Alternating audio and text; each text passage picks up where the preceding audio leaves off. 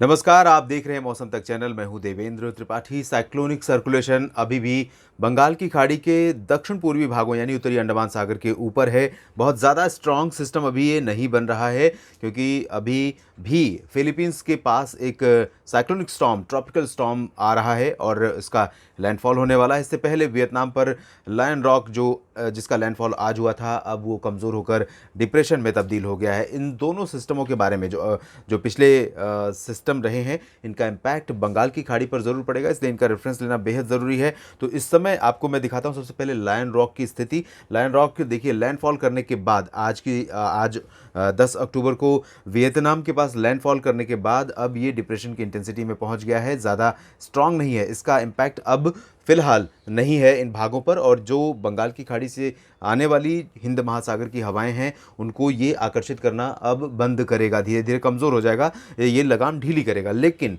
ये लगाम ढीली करे इससे पहले इसके पीछे जो सिस्टम आ रहा है, जो फिलीपींस के पूर्वी समुद्री क्षेत्र पर इस समय साइक्लोनिक स्टॉर्म, ट्रॉपिकल स्टॉर्म की कैटेगरी में पहुंच गया है, और ये ज़्यादा भीषण रूप लेगा, ज़्यादा खतरनाक होगा। अभी इसकी जो लोकेशन है वो यहाँ पर है, और इस समय ये साइक्लोनिक स्टॉर्म, ट्रॉपिकल स्टॉर्म बन चुका है। अनुमान ये है, अभी इसका नाम मैरिंग है, लेकिन ये आशंका है कि फिलीपींस के ज़मीनी भागों को जब पार करेगा, आगे बढ़ेगा और फिलीपींस और हैनान के बीच में जब पहुंचेगा, तब इसके टाइफून बनने की आशंका है।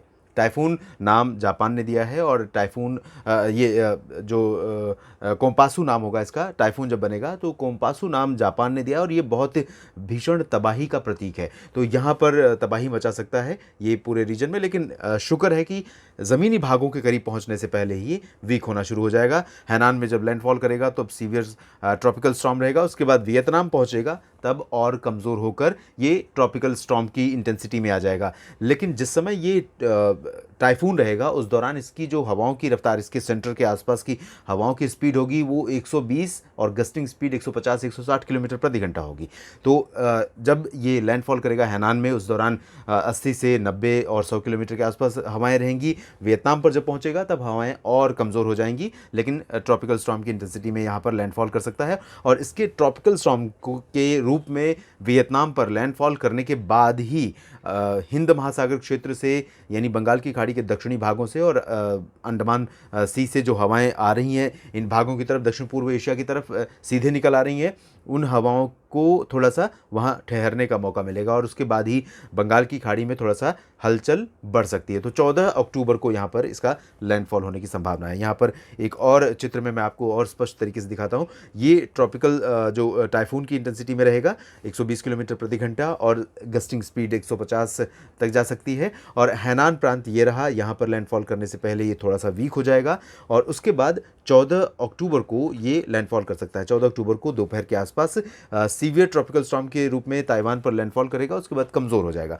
उसके बाद जैसा कि मैंने बताया, बंगाल की खाड़ी पर पहुंच रही हवाओं को थोड़ा सा मौका मिलेगा अपना कुछ प्रभाव यहाँ पर बंगाल की खाड़ी के भागों में दिखाने का। यहाँ हम आपको दिखाते हैं 14 और 15 अक्टूबर के आसपास की सिचुएशन, जब यहाँ पर कंडीशंस थोड़ा सा बदलेंगी। हवाओं की, यहाँ जब हवाएं जाना बंद हो जाएंगी, और ये हवाएं आपस यहीं बंगाल की खाड़ी में ही म्यांमार और थाईलैंड के जो तटवर्ती रीजन हैं, इन्हीं के आसपास जब घूमना शुरू करेंगी, तब यहाँ पर बनने वाला जो बना हुआ सिस्टम है वो इंटेंसीफाई होने लगेगा। और उसके बाद हम उम्मीद कर रहे हैं कि बंगाल की खाड़ी पर कोई स्ट्रांग मौसमी सिस्टम डेवलप हो सकता है। लेकिन अभी भी इस बात को लेकर संदेह है, कि संदेह नहीं बल्कि मैं कहूँगा कि ये अच्छा संकेत है कि संभवतः साइक्लोनिक स्टॉर्म बंगाल की खाड़ी में न बने, और नहीं बनेगा तो भारत के पूर्वी तटीय राज्यों के साथ साथ जो ज़मीनी भाग हैं, इन भागों के लिए बहुत बड़ी राहत की स्थिति होगी, जिसमें ओडिशा से लेकर आंध्र प्रदेश, छत्तीसगढ़, मध्य प्रदेश, महाराष्ट्र, तेलंगाना और तमिलनाडु, साथ ही साथ कर्नाटक के तमाम इलाके, यानी कि ट्रैक इसका जिधर भी होगा उधर के राज्यों पर तबाही मचा सकता है अगर साइक्लोनिक स्टॉर्म इस समय डेवलप होता है। तो इस समय अगर साइक्लोनिक स्टॉर्म बनता है तो उसकी जो प्रोबेबिलिटी रहेगी वो थोड़ा टूवर्ड्स साउथ रहेगी, यानी ओडिशा की तरफ कम, ज़्यादा संभावना नीचे आंध्र प्रदेश या फिर उससे सटे तमिलनाडु के क्षेत्रों की तरफ जाने की रहेगी, क्योंकि जैसे जैसे हम सर्दियों के तरफ बढ़ते जाते हैं, जो साइक्लोनिक स्टॉर्म यहाँ पर बंगाल की खाड़ी में बनते हैं या अन्य मौसमी सिस्टम बनते हैं, उनका जो रुझान होता है वो थोड़ा सा नीचे की तरफ से होने लगता है। ऐसा इसलिए होता है क्योंकि इस दौरान यहाँ पर नॉर्थ ईस्ट मानसून सेट हो चुका होता है आंध्र प्रदेश के तटीय भागों से लेकर तमिलनाडु और पुदुचेरी पर। तो जब नॉर्थ ईस्ट हवाएं यहाँ पर आने लगती हैं, तब उन्हीं हवाओं के प्रभाव से ये जो सिस्टम है वो थोड़ा सा डायरेक्शन अपना साउथ की तरफ लेकर जाते हैं। ये कंडीशन यहाँ पर रहती है। फिलहाल अभी जो कंडीशन है, अभी आप देखें तो हवाएं यहाँ घूम रही, लेकिन बहुत क्लियर पिक्चर अभी भी दिखाई नहीं दे रही है बंगाल की खाड़ी पर संभावित मौसमी सिस्टम की। ये हम जीएफएस देख रहे हैं, और इसके बाद अगर हम ईसीएमडब्ल्यूएफ का डेटा देखें तब भी कंडीशंस कमोबेश ऐसी हैं, थोड़ा सा आगे पीछे, लेकिन प्रोबेबिलिटी इस बात की ज़रूर है कि सिस्टम बनेगा। भले ही वो साइक्लोनिक स्टॉर्म न बने, भले ही वो डीप डिप्रेशन न बने, लेकिन लो प्रेशर या डिप्रेशन तक की संभावनाएं हैं। और इसको हम पूरी तरह से रूल आउट भी नहीं कर सकते हैं कि साइक्लोनिक स्टॉर्म नहीं बनेगा। तो बी अलर्ट, मतलब हमें अभी सतर्क रहने की ज़रूरत है। लगातार पीछे से आ रहे टाइफून पर नज़र रखने की ज़रूरत है, कब वो लैंडफॉल करता है, कब वो इन हवाओं की लगाम ढीली करता है और ये हवाएं अपना यहाँ पर असर दिखाना शुरू करती हैं। तो इस पर पूरा ट्रैक पर लगातार फोकस रखने की ज़रूरत है, और इसी के साथ ही इस टाइफून और ट्रॉपिकल स्टॉर्म जो कि दक्षिण पूर्व एशिया वियतनाम पर लैंडफॉल करेगा, उसके चलते ही ये इसका जो कह सकते हैं कि ये ड्राइव होगा ये सिस्टम। तो इस पर नज़र रखना होगा, और साथ ही साथ ये देखना होगा कि जब वो लैंडफॉल कर जाएगा, हवाएं किस दिशा से, किस इंटेंसिटी से बंगाल की खाड़ी में पहुंचती हैं, और ये हवाएं जब यहाँ पर पहुंचती हैं तो क्या ये सिस्टम को उभारने में, सिस्टम को बनाने में सक्षम है, और उस समय समुद्र की सतह का तापमान, साथ ही साथ एटमॉस्फेरिक कंडीशंस किस तरह की हैं, फेवरेबल हैं कि नहीं साइक्लोनिक स्टॉर्म डेवलप होने के लिए। तो ये कंडीशंस, इन सब चीज़ों पर मैं नज़र रखूँगा और आपको लगातार अपडेट करूँगा। फिलहाल आप यहाँ देख सकते हैं कि बंगाल की खाड़ी के अलावा अरब सागर पर भी एक सिस्टम बना हुआ है पहले से ही, और ये मैं 15 अक्टूबर का प्रोजेक्शन दिखा रहा हूँ, केरल पर पहुँचा है।